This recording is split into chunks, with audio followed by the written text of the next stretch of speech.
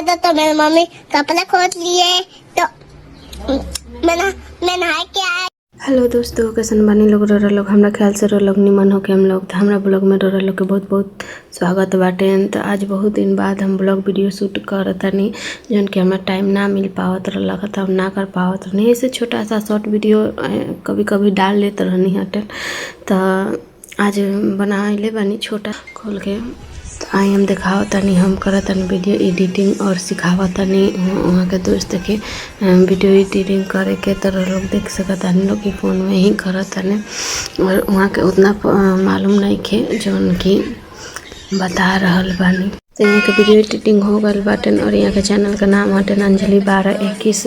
तो लोग भी जाके एक बार यहाँ के वीडियो देख सकतानी, देख ले हम लोग ये भी अच्छा वीडियो बनावेनी।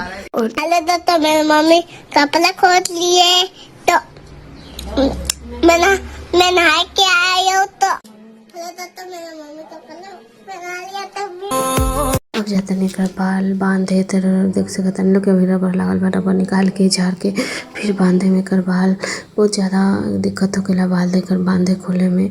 तो लोग देख सकतानी लोग के कैसे का चट्टा बना गल बाटे गीला। ई देखिए कहाँ चढ़ के खड़ा भइल बारन।